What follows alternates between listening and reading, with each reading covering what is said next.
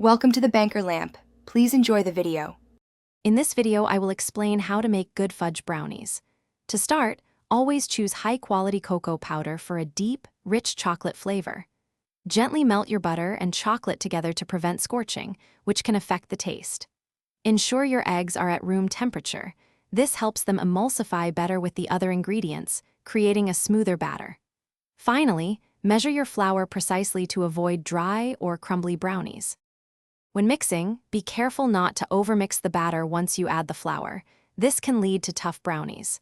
Preheat your oven to 350 degrees Fahrenheit for even baking.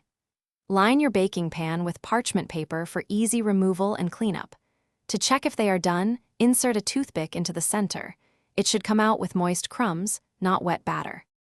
For that ultimate fudgy texture, slightly undercook your brownies. They will continue to set as they cool. It is crucial to let them cool completely before cutting to achieve clean, perfect slices. Adding an extra egg yolk to your recipe can significantly increase their richness and chewiness. Also, incorporating some brown sugar can contribute to a moister, more tender crumb. Feel free to customize your brownies by adding mix-ins like chocolate chips, walnuts, or pecans for extra texture. You can also swirl in peanut butter or caramel before baking for a delicious variation. To keep your brownies fresh, store them in an airtight container at room temperature for up to 4 days. For longer enjoyment, individual brownies can be frozen for several months.